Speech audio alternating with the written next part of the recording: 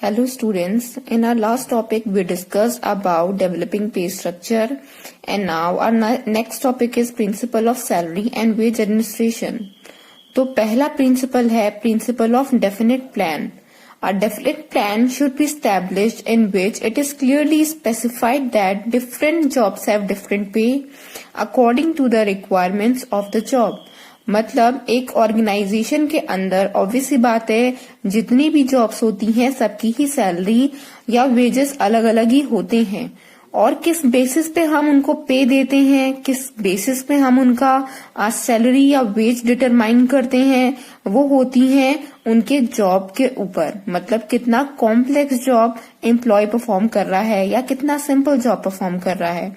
Obviously बात है simple job अगर परफॉर्म कर रहा है तो हम उनकी सैलरी कंपेरेबल कम ही देंगे और जो बहुत कॉम्प्लेक्स जॉब्स परफॉर्म करते हैं जो लोग हम उन्हें हाई सैलरी देते हैं. फिर वर्किंग कंडीशंस की भी बात आ जाती है. कौन सा एम्प्लॉय ज्यादा अच्छी वर्किंग कंडीशन में काम कर रहा है उसके लिए तो बेहतर है, लेकिन जो लोग बहुत प्रेशर में काम करते हैं जिनकी पोजीशन बहुत ज्यादा टॉप होती है या उनकी वर्किंग कंडीशंस अच्छी नहीं जिनको मिल पा रही है उनको हम हायर सैलरी पे करते हैं. फिर है physical and mental requirements etcetera. मतलब बुद्धि के कितने कौशल की रिक्वायरमेंट है. आप जैसे टॉप लेवल पे हम प्लानिंग वगैरह ज्यादा करते हैं, हम मेंटल अपनी स्किल्स को ज्यादा यूज करते हैं तो उनको हम कंपैरेटिवली ज्यादा सैलरी पे करते हैं. ठीक है. और भी कुछ फैक्टर्स होते हैं जो कंसिडर किए जाते हैं जब ऑर्गेनाइजेशन में एम्प्लॉयज की सैलरी डिटरमाइन की जाती है. हमारा नेक्स्ट प्रिंसिपल है principle of labour market criteria. Most of the organisations follow labour market principle. यहाँ पे ये होता है कि हम मार्केट में देखते हैं कि लेबर का क्या रेट चल रहा है. मतलब अगर सेम एम्प्लॉय अगर किसी और ऑर्गेनाइजेशन में काम कर रहा है, एक इंडस्ट्री तय करती है कि इस लेवल पे अगर कोई एम्प्लॉय काम कर रहा है तो उसकी ये सैलरी होगी. उसके अकॉर्डिंग सारी ऑर्गेनाइजेशन अपने अपने एम्प्लॉयज को जो भी अपॉइंट करती हैं उनकी सैलरी और वेजेस उस आधार पे रखती हैं. The rate of wages and salaries given by the organisation to its employees should align with the prevalent rate of labour market. तो मार्केट में जो रेट चल रहा होगा लेबर का उसके अकॉर्डिंग ही हम उनको अपॉइंट करते हैं, ऑर्गेनाइजेशन उनको अपॉइंट करती है.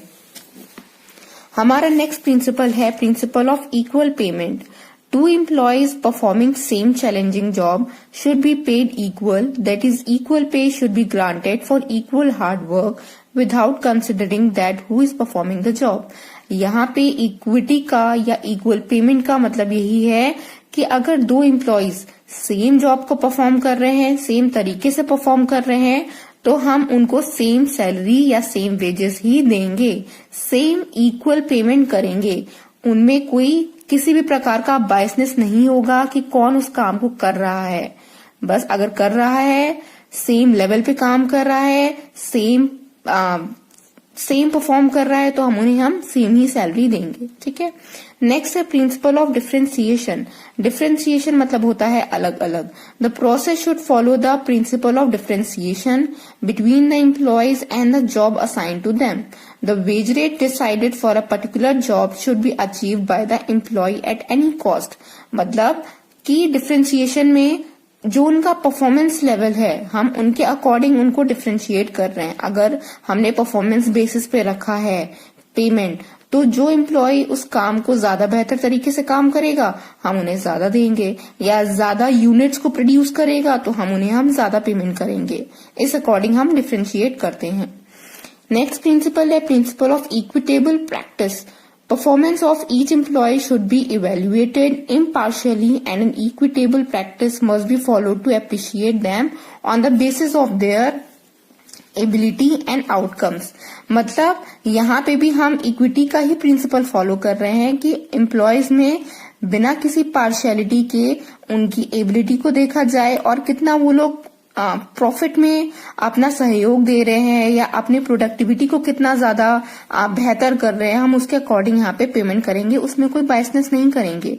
Increase in grades, promotions, incentives and bonus are few forms of rewards that can be offered to effective employees.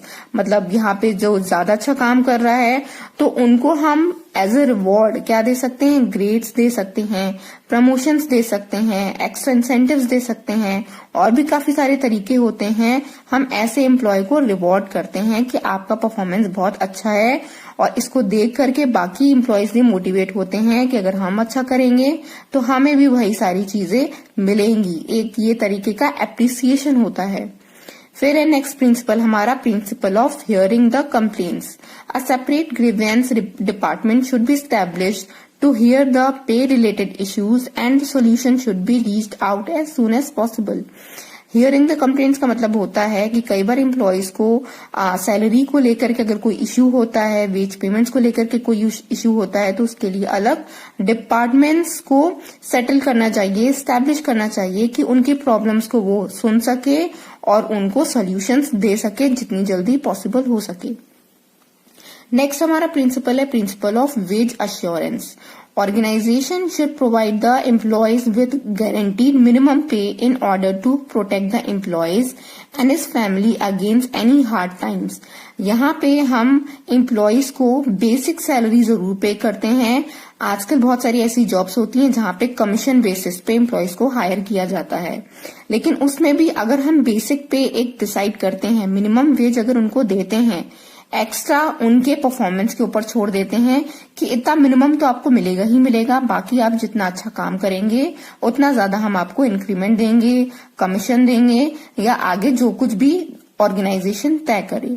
लेकिन मिनिमम वेज देना जरूरी है ताकि अपनी बेसिक नीड्स एम्प्लॉय एटलीस्ट वो अचीव कर सके, अपनी बेसिक नीड्स को कंप्लीट कर सके, अपनी फैमिली की पालन पोषण कर सके, ठीक है, और अपने लिविंग स्टैंडर्ड्स को भी वो मेंटेन कर सकता है जब हम उसे बेसिक पे देते हैं। नेक्स्ट हमारा प्रिंसिपल है principle of correct distribution. Organizations must ensure correct and timely distribution of the employees' payment and must avoid any accumulation of arrears. Organisation को क्या करना चाहिए, जो भी सैलरीज या जो भी पेमेंट उनको देना होता है वो टाइमली अगर वो अपने एम्प्लॉयज को देगा तो ज्यादा बेहतर होता है, और उनके लिए कोई अरियर्स न रखे। अरियर्स मतलब कोई भी आउटस्टैंडिंग अमाउंट न रखे। जिस भी डेट को उनकी सैलरी या वेज पेमेंट ड्यू होता है वो टाइमली पेमेंट कर दे उन लोगों का। नेक्स्ट प्रिंसिपल है प्रिंसिपल ऑफ फ्लेक्सिबिलिटी। फ्लेक्सिबिलिटी ही मतलब होता है चेंज, ठीक है। Wage and salary administration must be flexible enough so that modifications can be done. मतलब यहाँ पे हमें वेज या सैलरी पेमेंट जो करते हैं बहुत ज्यादा उसको रिजिड नहीं रखना चाहिए। अगर हम उसके लिए कोई प्लान तैयार कर रहे हैं, कंपनसेशन प्लानिंग कर रहे हैं, तो वहां पे हमें कुछ भी रिजिड नहीं रखना चाहिए।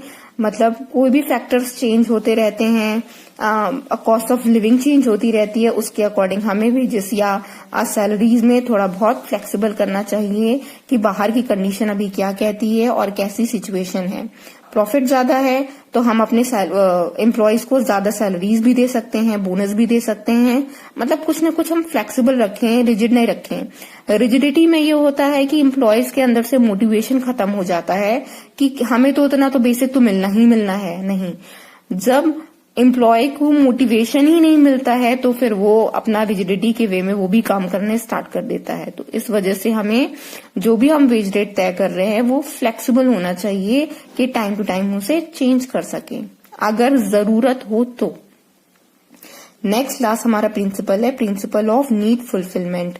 It should have capability of fulfilling the requirements of employees.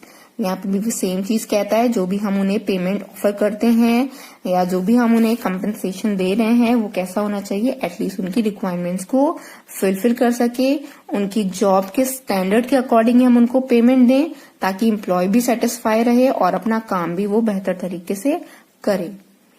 Okay class, thank you.